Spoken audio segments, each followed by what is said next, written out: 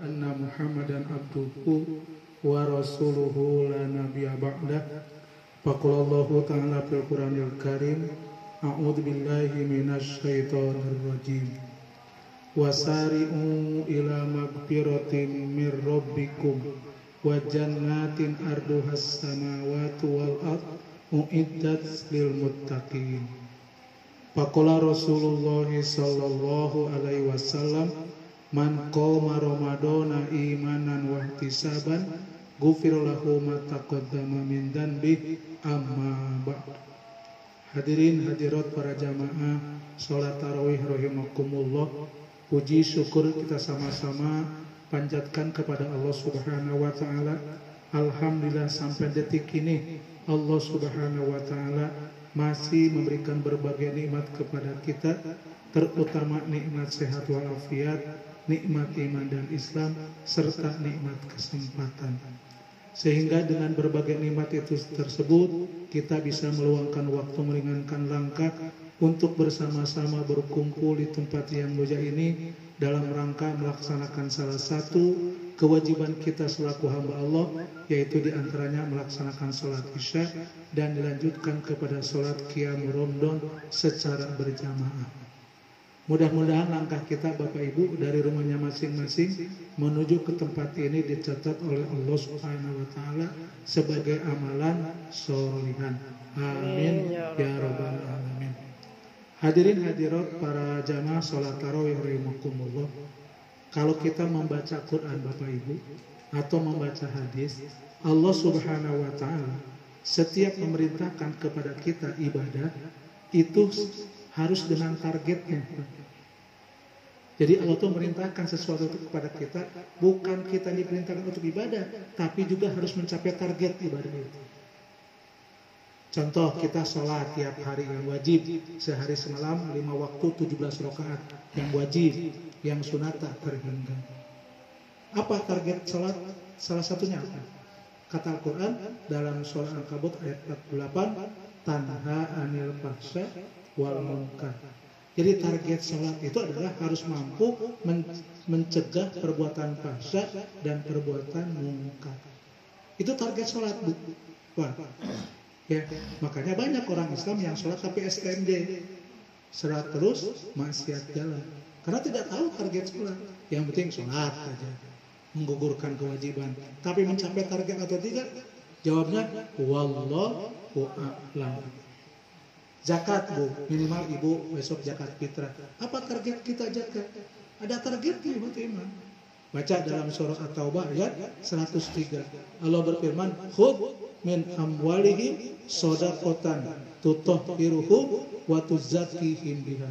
Jadi target ibadah saum satu, membersihkan diri kita dari sikap ramah, tamak, rakus, bakhil. Nah, dengan zakat targetnya agar kita hilangkan sifat-sifat seperti itu. Yang kedua target dari zakat itu adalah membersihkan harta kita.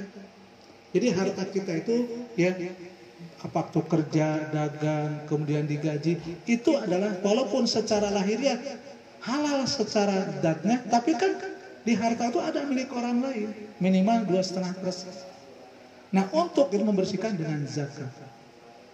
Nah, ibadah saum yang kita lakukan 1 bulan penuh ini juga punya target. Allah Subhanahu wa taala bukan hanya mewajibkan ibadah saum, tapi saum kita juga harus mencapai target.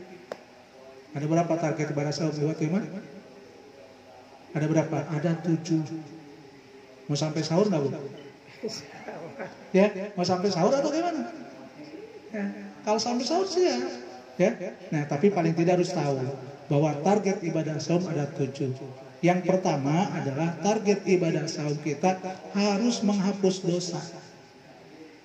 Ya, ini target yang pertama. Jangan sampai kita ibadah saum tapi tidak menghapus dosa. Kata siapa? Kata Rasul. Rasul bersabda sampai 3 kali, Pak Bu, rugi ba'anpur rojulin, rugi ba'anpur rojulin, rugi ba'anpur rojulin, kata Rasul. Ya, tuh celaka diri kamu, nyungsep tuh hidung kamu, kata Rasulullah, rugilah diri kamu. Idza dakhala Ramadanu summan salaho, kata Rasulullah, qabla ayyub farolahu. Barang siapa yang memasuki bulan Ramadan, kemudian berakhir nanti tanggal 30 Ramadan bertepatan dengan tanggal 13 Mei, kemudian dosa kita belum diampuni. Rugi kata Rasul, celaka. Ya, maka ini target yang pertama. Mari iwat iman, mumpung masih ada kurang lebih yaitu adalah 18 hari ke depan, mari iwat iman, targetkan ibadah Islam kita harus menghapus dosa. Kenapa? Karena manusia itu adalah tempat dosa, tempat salah. Kata siapa? Kata Rasul.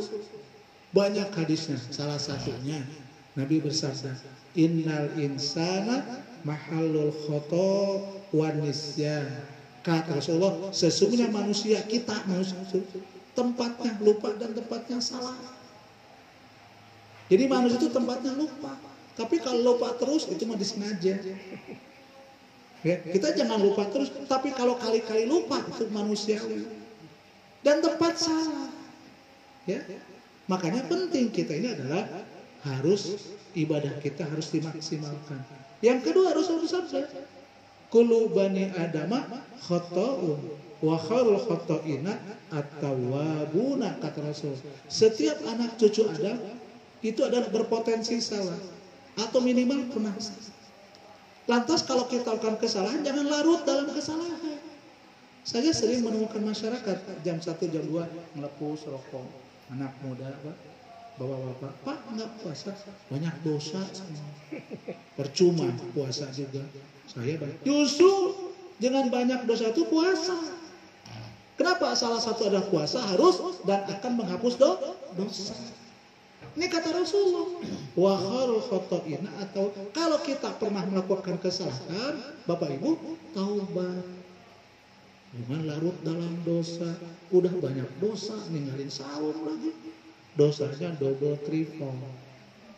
Ya, jangan seperti itu. Nah, para jamaah, saum yang bagaimanakah yang akan menghapus dosa kita? Tadi saya dalam mukadimah mengutip sabda Rasulullah SAW, hadisnya dari sahabat Abu Hurairah, diriwayatkan oleh Imam Bukhari dan Muslim. Rasul bersabda, man qoma Ramadana, kalau malam, kalau siang man soma Ramadana, kalau nanti 10 hari terakhir man qoma Lailatul Qadri. Sama awalnya, ya. Jadi man soma, barang siapa yang saum pada bulan Ramadan, tadi besok. Man qoma, barang siapa yang berdiri pada bulan Ramadan. Berdiri itu ada 5 istilah, Bapak Ibu. Berdiri di bulan Ramadan ada 5 istilah. Nah, kita orang Islam jangan terjebak oleh 5 istilah ini. Gara-gara 5 istilah umat Islam berdebat. Ujung-ujungnya iftiraq. Ujung-ujungnya perpecahan. Kenapa? Karena tidak memahami istilah. Allah Subhanahu wa Ta'ala, Bapak Ibu, kalau sholat malam Allah menyebutnya qiyamul lail.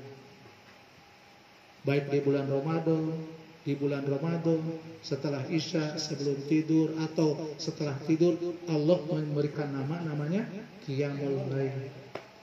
Baca dalam surah Al-Muzammil. Allah berfirman, a'udzubillahi minasyaitonirrajim, ya ayyuhal muzammil qumil laila illa qalila nisfahu awinkus minhu qalila. Wahai orang yang berselimut, bangunlah kamu untuk sholat malam. Setengah dari malam, sepertiganya atau kurang dari itu. Ini ya dalil tentang qiyamul lail. Kalau qiyamul lail di setelah tidur, Bapak Ibu, atau kita susah tidur, kita jam 1 masih melek, Bu. Nggak merem-merem, bukan ngambil remo, ngambil air wudhu. Untuk apa? Untuk sholat malam. Kan masih malam, jam 1, jam 2. Kata Nabi, sholat dulu 2 rakaat. Namanya sholat iftitah. Setelah Fatihah, baca yang paling ringan, yang paling pendek suratnya. Kalau kita 2 rakaat ngantuk, kata Nabi, tidur. Kalau nggak ngantuk, lanjutin 11 rakaat lagi. Ya, itu namanya apa, Bu? Sholat tahajud. Sholat tahajud, sholat meninggalkan tidur, atau sholat setelah kita tidur, itu namanya sholat tahajud. Dasarnya Al-Quran surah Al-Isra ayat 79. Allah berfirman, wa minal laili fatahajjat bihi nafilatal lak asa ayam asa rabbuka maqamam mahmuda. Itu Pak. Jadi kalau kita sholat dilakukan, yaitu adalah susah tidur atau sesudah tidur, namanya sholat tahajud. Yang ketiga istilah Nabi, kalau sholat malam dilakukan pada bulan Ramadan, istilah Nabi namanya Qiyamu Ramadan. Ya, Qiyam istilah Nabi. Istilah ulama fikih, ulama hadis, sholat malam di bulan Ramadan namanya tarawih. Tarawih, maaf, bukan kirata kayak orang Sunda. Taraweh, tarasawareh, bukan. Tarawih kata apa? Dari kata tarawah, ya tarwihan, artinya santai, nggak terburu-buru. Tidak seperti saudara kita kemarin di Indramayu sholat 23 rakaat 6 menit. Itu bukan tarawih, namanya musabakoh, balap. Ya kita begitu. Tarawih, ini bukan istilah Nabi. Cuma sifat sholat Nabi malam, sholat sifat Nabi tahajud, sholat sifat Nabi Qiyam Ramadan, tarawih, santai. Jadi Al-Fatihah 7 ayat 1 napas, tidak. 7 ayat 7 napas. Sesuai dengan Quran, warattilil Qur'ana tartila. Baca kamu Quran secara tartil. Artinya banyak. Pertama, tartil per waqaf, per ayat. Bismillahirrahmanirrahim. Berhenti. Alhamdulillahi rabbil alamin. Itu tartil. Ya. Bahasa para ulama, sholat malam di bulan Ramadan namanya sholat tarawih. Bahasa Nabi itu sebenarnya bukan, tapi sifat. Yang terakhir para jamaah, sholat malam itu karena Nabi selalu melakukannya ganjil, maka Nabi memberikan sholat malam disebut sholat witir. Sholat malam disebut sholat witir, sholat tahajud disebut sholat witir, Qiyamu Ramadan disebut sholat witir, sholat tarawih disebut sholat witir. Akhirnya para ulama ada dua pendekatan Bapak Ibu. Pendekatan yang pertama, arti witir artinya ganjil. Berapa banyak Nabi makan witir, Bu? Berapa banyak? 9. Nabi paling banyak melakukan witir secara bahasa 9 rakaat. Kalau Nabi sholat witir 9 rakaat, tahajudnya berapa rakaat? Qiyamul Lail berapa rakaat? Ramadannya berapa rakaat, Bu? 2 rakaat. Ya, paling sedikit Nabi sholat witir 1. Pilih silakan, kita mau witir 9 rakaat, mau witir 7 rakaat, mau witir 5 rakaat, mau witir 3 rakaat, 1 rakaat. Jumlah keseluruhan jadi 11. Nah, gara-gara ini di Indonesia itu pecah. Gara-gara 5 istilah, maaf, berbeda masjid, berbeda majlis taklim. Kenapa? Karena terjebak oleh istilah. Nah, kita apapun namanya, kata Rasulullah, man qoma ramadana, barang siapa yang beri pada bulan Ramadan, yang akan menghapus dosa itu apa? Imanan. Yang saumnya karena iman, yang Qiyamu Ramadannya dasarnya iman. Cukup iman saja? Tidak. Wahtisaban, dan semata-mata mengharapkan ridho Allah. Janji Rasulullah, ghufira lahu ma taqaddama min dzanbi. Iya, kita mudah-mudahan akan diampuni dosa-dosa kita minimal 1 tahun yang lalu. Nah, ini para jamaah ya. Jadi mari iman, target ibadah saum kita harus mampu menghapus dosa. Yang banyak pertanyaan dan di banyak tempat Bapak Ibu, apakah dengan saum bisa menghapus seluruh dosa? Memang dosa manusia ada berapa macam, Bu? Pak, dosa manusia. Dosa manusia biasanya kan 2. Ada dosa kecil, ada dosa besar. Dosa kecil adalah dosa adamiun istilahnya. Dosa anak cucu Adam. Kita nanti habis selesai tarawih ngomongin tentang sahur. Besok sahur makan apa ya? Iya, Bu, tetangga kemarin tadi buat sahur katanya beli daging ayam, ngomongin. Ya, dosa insya Allah akan terhapus nanti dengan sholat subuh. Amin. Ya, nah itu dosa adamiun. Jadi para jamaah pada dasarnya semua dengan ibadah dosa kita bisa diampuni. Dengan catatan kata Rasulullah dalam hadis as-shalawatul khamsu al-jumu'atu ilal jumu'ati, Ramadhanu ila Ramadan, al-hajjul mabruru laisal jaza'u ilal jannah. Kata Rasulullah, sholat yang 5 waktu, Bu. Tadi kita sholat maghrib, menghapus dosa-dosa kita dari duhur ke asar. Ya, kita sholat isya barusan akan menghapus dosa kita dari maghrib ke isya. Nanti sholat subuh akan menghapus dosa kita sholat isya ke subuh. Nanti sholat duhur akan menghapus dosa kita dari subuh ke duhur. Terus, kata Nabi, dari Jumat ke Jumat akan menghapus. Dari Ramadan ke Ramadan akan menghapus dosa kita. Kata Rasulullah, dari umroh ke umroh akan menghapus. Dan haji yang mabrur tidak ada balasan kecuali surga. Ini para jamaah. Jadi pada dasarnya semua dosa akan diampuni. Dengan catatan kata Rasul, wajtanibul kabairu, selama kita ini menjauhi dosa-dosa besar. Jadi dosa kecil, maaf jangankan terungkap. Habis sholat minimal Rabbana dzalamna anfusana wa illam taghfir lana wa tarhamna lanakunanna minal khasirin. Tidak terungkap saja Allah akan mengampuni. Kata Rasulullah, barang siapa yang berwudu dan wudunya benar dan bagus, kata Rasul, maka dosa kita akan berjatuhan dengan berjatuh air wudu. Kata Rasulullah, barang siapa yang berangkat menuju tempat sholat, 1 langkah dikasih pahala, 1 langkah dihapus dosa. 1 langkah dikasih pahala, 1 langkah dihapus dosa. Semakin kita banyak melangkah ke masjid, ke tempat sholat, semakin dosa kita hapus, pahala kita banyak. Itu dosa kecil. Kalau dosa besar tidak cukup. Rabbana dzalamna anfusana wa illam taghfir lana wa tarhamna lanakunanna minal khasirin. Tidak cukup. Ya, dosa besar itu harus ada taubat khusus. Dalam bahasa Al-Quran namanya taubatan nasuha. Dosa besar itu ada 2. Ada besar kaitan dengan Allah. Maaf barangkali ada kemarin jamaah di sini sebelum Ramadan datang ke kuburan. Sering. Ada gak? Banyak. Ada. Ada. Terus apa yang dilakukan di atas kuburan? Baca Quran. Terus Nyiramin pedal. Nah, itu namanya ziarah adi. Ziarah adat. Jadi kita tahun besok Bu, kita jangan dibiasakan ziarah kubur menjelang Ramadan. Ya, jangan dibiasakan. Kenapa? Tidak ada kaitannya. Dan ke ziarah kubur dengan Ramadan ada kaitannya. Tunjukkan Quran surah apa, ayat berapa? Tunjukkan hadis. Lihat siapa? Tunjukkan madhab siapa? Tunjukkan pendapat. Beda. Cuma tradisi orang Indonesia. Kalau kita Ramadan kalau belum datang ke kubur ada perasaan nggak afdol. Ya. Padahal kita Ibu dulu ziarah kubur ketika di Mekah dilarang oleh Rasul. Sekarang juga dilarang. Ya, dilarang. Kata Rasulullah, kuntu nahaitukum an ziyaratil kuburi. Dulu aku di Mekah melarang para sahabat ziarah kubur. Apa pertimbangannya? Kata para ulama hadis minimal 2 para sahabat. Kenapa melarang? Ketika itu keimanan sahabat masih labil.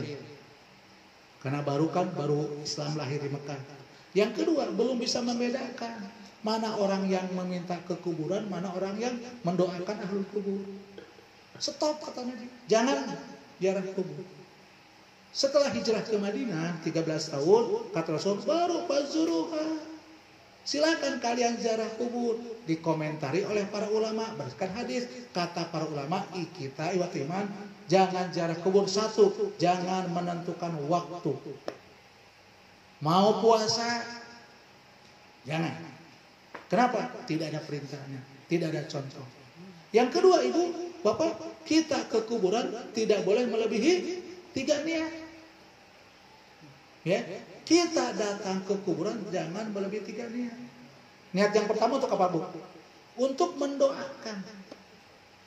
Maaf, orang ahli kubur, orang yang mati tidak butuh bacaan Quran. Nggak butuh. Kalau doa masih butuh. Soleh-solehnya orang yang pernah hidup di zaman ini kemudian wafat, Bu, itu masih butuh doanya orang yang masih hidup. Makanya Rasul habis sholat isya suka ke Baqi. Tahu kan Baqi ya? Ya di Masjid Nabawi. Itu malam-malam ziarah kubur. Istrinya ngikuti Aisyah. Ya Rasulullah katanya, Kalau saya ikut ziarah kubur, apa yang harus baca? Kata Nabi, kulli assalamualaikum ya ahlal kubur. Dalam hadis yang lain, assalamualaikum ya ahlad diyar minal mu'minina wal muslimin wa inna insyaallahu bikum lahikuna nas'alullaha lana walakumul afiyata. Itu doa ziarah kubur itu. Maaf, bukan baca Al-Fatihah, bukan baca ayat kursi, bukan surah Yasin. Nggak butuh. Ya, nggak butuh orang yang sudah wafat, yang sudah meninggal baca Al-Quran. Yang butuh doa. Makanya kalau bahasa kasarnya, kita datang ke bukan berkeranjang-keranjang bunga, bukan. Tapi kalau perlu berkarung-karung doa. Apa yang dibutuhkan oleh ahli kubur? Doa. Siapkan dari rumah. Doa untuk ahli kubur. Minimal seperti itu. Minimal doa sholat mayit. Allahumma ighfir lahu warhamhu wa'afihi wa'fu anhu wa akrim nuzulahu wa wasi'man qalahu dan seterusnya. Nah kan Bu, kalau kita kemarin maaf berdoa seperti insyaallah. Tapi kata para ulama Ibu, kalau kita datang ke kuburan sekedar berdoa saja itu sudah cukup di tempat sholatnya masing-masing. Tidak perlu ke kuburan. Minimal habis sholat, Allahumma firli wali walidayya warhamhuma kama rabbayani shaghira. Allahumma firli muslimina wal muslimat wal mu'minina wal mu'minat wal ahya minhumul amwat. Terus kita yang kedua, niat kita ke kuburan yang kedua yaitu untuk mengingat mati. Ini intinya kita ke kuburan untuk mengingat mati. Karena sekarang itu maaf, saya lihat tingkah laku umat Islam sekarang tidak jauh berbeda dengan orang kafir. Nggak jauh berbeda. Tiap hari di bulan Ramadan bukan baca Quran, baca apa? Baca WA. Pada perintahnya Al-Quran tadi dibacakan. Iqra bismi rabbikal ladzi khalaq khalaqal insana min 'alaq iqra wa rabbukal akram alladzi 'allama bil qalam 'allamal insana ma lam ya'lam. Kapan itu turun? Kapan? Bulan Ramadan. Kok kita nggak ada bedanya dengan orang kafir? Dari habis sahur sampai menjelang maghrib ngabuburit bukan baca Quran. Masya Allah. Tapi baca WA, baca Facebook, baca Instagram. Ya. Nah kita bagaimana? Ajak sekarang nih mumpung kosong kuburan Bu. Sekarang waktunya datang ke kuburan. Nih kita ini bakal mati. Apa yang dibawa ketika mati? Apa Bu? Pak? Kata Rasulullah, yutba'ul mayita salah satu. Ketika seseorang meninggal diantarkan ke kuburan ada 3. Yang pertama, ahluhu, keluarganya. Yang masih punya bapak-bapaknya, yang masih punya mertua-mertuanya, yang masih punya kakak-kakaknya, yang masih punya adik-adik, yang masih punya saudara yang masih tetangga dengan tetangganya ikut ke kuburan. Yang kedua, maluhu, hartanya. Yang punya mobil naik mobil, yang tidak punya nyewa naik motor, kalau dekat naik celana ke kuburan itu. Yang ketiga, amaluhu, amal perbuatannya. Wa yarji usnani kataru, yang 2 akan kembali. Keluarga kembali ke rumahnya masing-masing, hartanya kembali, kalau mobil kembali pada garasinya masing-masing. Wa yaqawah, yang akan tetap satu, yaitu apa? Amaluhu. Ya, jadi kita datang ke kuburan untuk niat mati. Ya, kita ini bakal mati. Kalau kita punya anak bandel, suami istri bedegong, ajak ke kuburan, bakal mati. Jadi jangan terjebak oleh orang-orang yang seperti tidak berilmu. Kalau yang tidak berilmu, iya jadi tradisi ziarah kubur menjelang Ramadan tuh. Kita mulai tahun besok, jangan dikait-kaitkan dengan Ramadan. Kalau punya ziarah sekarang, kosong, tidak korban perasaan. Kalau sekarang, kalau kemarin banyak korban perasaan. Baru nyampe, Bu, bunga Bu, air mawar, bersihin Bu. Enggak dikasih, kasih ya. Dikasih bagaimana? Nah, yang ketiga Rasulullah Ibu, ya kalau kita melebihi 3 niat yang ketiga ziarah kubur untuk ingat akhirat. Dunia ini tidak abadi, satu saat akan hancur, akan binasa. Kehancuran, kebinasaan alamnya disebut dengan kiamat. Terus ingat, kita ini bakal kiamat, bakal hancur. Persiapkan apa yang kita menjelang kiamat. Nah, ibu, bapak, kalau ada seorang muslim kemarin datang ziarah kubur, datang ke kubur melebihi 3 niat, maka yang terjadi kemusyrikan. Ya, minta doa restu, minta ampun, mohon maaf kepada ahli kubur. Kenapa? Melebihi 3 niat yang terjadi kemusyrikan. Musyrik itu termasuk dosa besar. Nah, kalau kita barangkali mudah-mudahan tidak musyrik kemarin. Kalau ditakdirkan musyrik, taubat. Itu dosa besar kepada Allah. Syaratnya 3. 1 harus an-nadam, nyesal. Kok kenapa kok kita ikut-ikutan kayak orang ya? Di ziarah kubur, di atas kubur baca Quran. Pada orang yang mati tidak butuh bacaan Quran, butuh doa. Nyesal. Yang kedua, berjanji tidak akan mengulangi. Yang ketiga, ikuti dengan perbuatan baik. Ya, jadi ini barangkali Bu ya. Jadi kita ini. Nah, kalau dengan sesama manusia, kita ini sering lupa, sering alpa dengan sama manusia. 3 tambah 1, mohon maaf, mohon dimaafin. Barangkali saya banyak dosa, banyak hilaf. Tidak harus nunggu puasa. Keliling salam tidak, kapan saja. Coba ciri orang yang bertakwa dalam surah Ali Imran ayat 134. Wal afina anin nas. Saling memaafkan. Kapan saja. Di mana saja. Harus nunggu dosa tidak. Kita memaafkan nunggu lebaran, nunggu puasa. Padahal kata Rasulullah, la yahillu li muslimin ayyahjuru akahu fawqa thalathi layalin. Tidak halal seorang muslim dengan sesama muslim tidak tegur sapa melebihi 3 malam.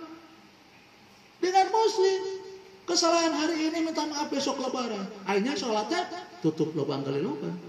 Sholatnya dapat pahala, bermusuhannya dosa. Sholat lagi dapat pahala, bermusuhan dosa. Orang Islam itu maaf. Ya, tidak boleh menyimpan, menunda-nunda, minta maaf. Ya. Nah, ini bagaimana para jamaah, mari jadikan ibadah saum kita yang 1 bulan penuh ini harus mencapai target yang pertama. Mudah-mudahan ibadah kita diampuni segala dosa dan kesalahan kita. Inilah barangkali bagaimana kuliah Ramadan pada malam ini. Mudah-mudahan yang sesingkat ini bisa diambil hikmahnya, diambil manfaatnya. Mudah-mudahan kita senantiasa berdoa kepada Allah Subhanahu wa taala diberikan umur panjang, diberikan kesehatan, rezeki yang barokah, putra-putri yang soleh dan soleha, ya, punya pasangan yang sakinah. Maka kita mumpung di bulan Ramadan, semua doa orang yang saum di bulan diijabah doanya. Allahumma ighfir lil muslimina wal muslimat wal mu'minina wal mu'minat wal ahya'i minhum wal amwat. Rabbana dzalamna anfusana wa illam taghfir lana wa tarhamna lanakunanna minal khasirin. Rabbana atina fid dunya hasanah wa fil akhirati hasanah wa qina adzabannar. Wassalamualaikum warahmatullahi wabarakatuh.